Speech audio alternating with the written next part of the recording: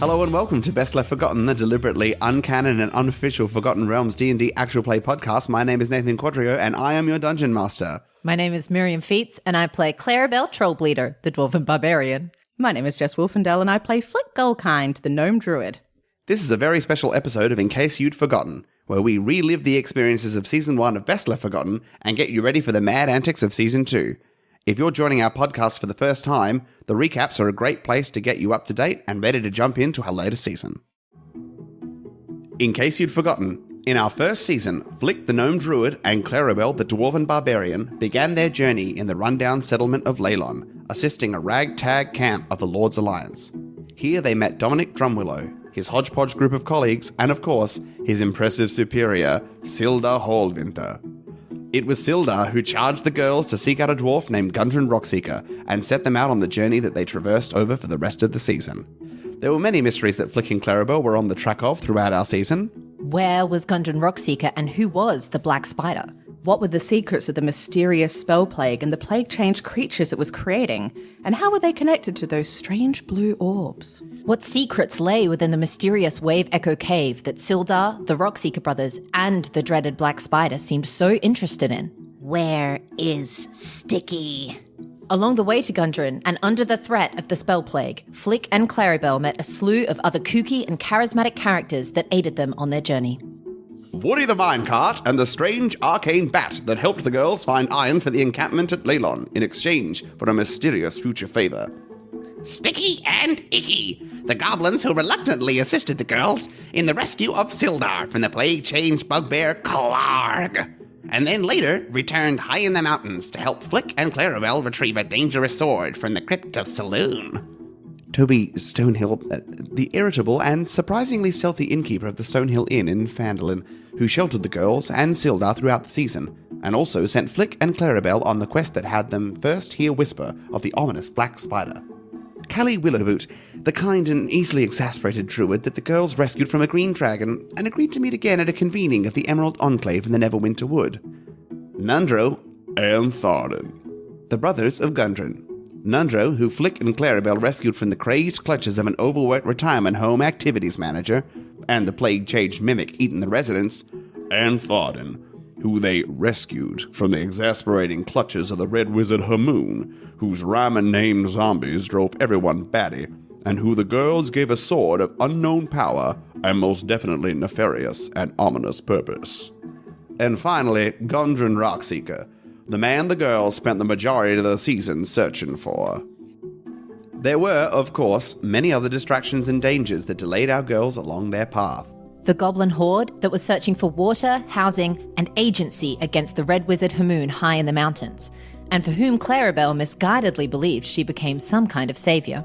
The Sons of Alagondar that were searching endlessly for the true king of Neverwinter, and to whom Flick attempted to teach the merits of a democratic political system. A solitary blue door belonging to the wizard Mordenkainen that led to nowhere, bearing a symbol of strange rings and seeming to promise arcane secrets, and that our girls left a note on for later. And the blue orbs and flames that seemed to be connected to the dreaded spell plague, the magical sickness spreading across the Forgotten Realms. Partway through our season, Flick and Clarabelle took an orb for themselves that soon began to plague them with strange dreams of music and power beyond their understanding.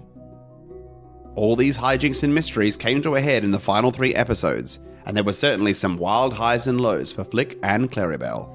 In episode 8, Flick and Clarabelle had finally located Gundren Rockseeker in Cragmore Keep, and were both attempting to rescue him. Clarabelle from the outside, along with Sildar Hallwinter, Dominic Drumwillow, and other members of the Lord's Alliance, and Flick alongside Gundren, having Misty stepped into the tower in an attempt to escape from the inside out.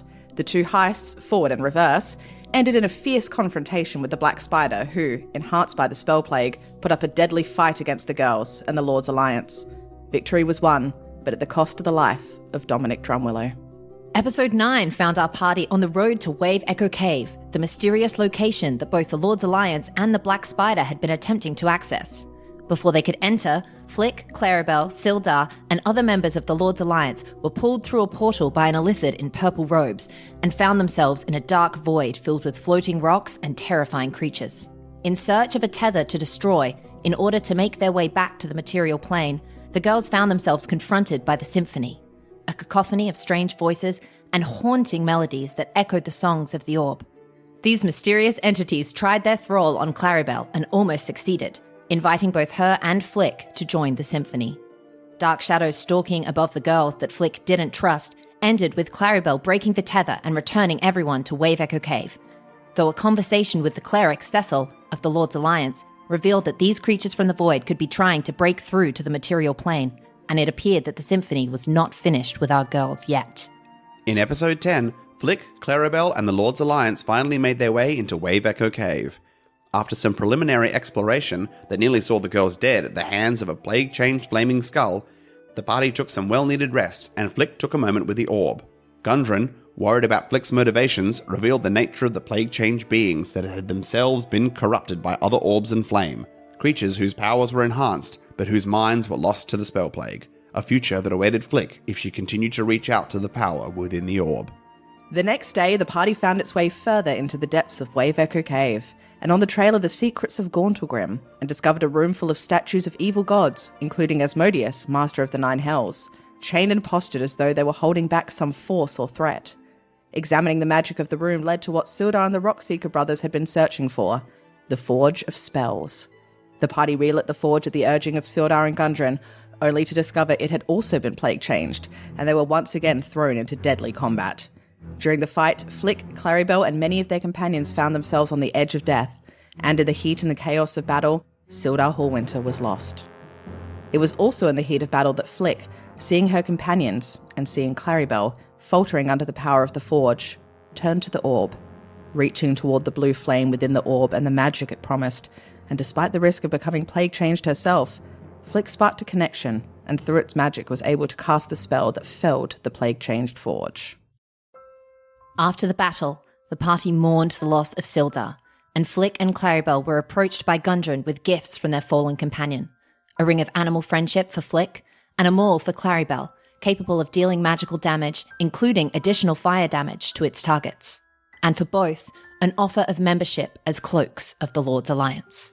The girls ended the season with new gifts, lost friends, and the memory of that strange blue flame, dancing in the orb and reaching out to Flick as she made her fateful connection.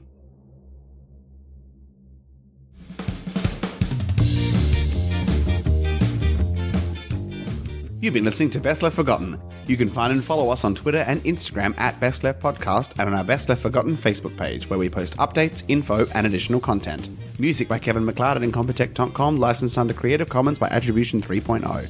Full song lists and additional artists can be found in the episode description. Cover art by Cattywampus, who can be found on Fiverr. Thanks to Jess Wolfendow, our editor, Miriam Feats, our social media manager, and Nathan Quadrio, our GM and producer. If you enjoyed our podcast today, please leave a review and tell your friends.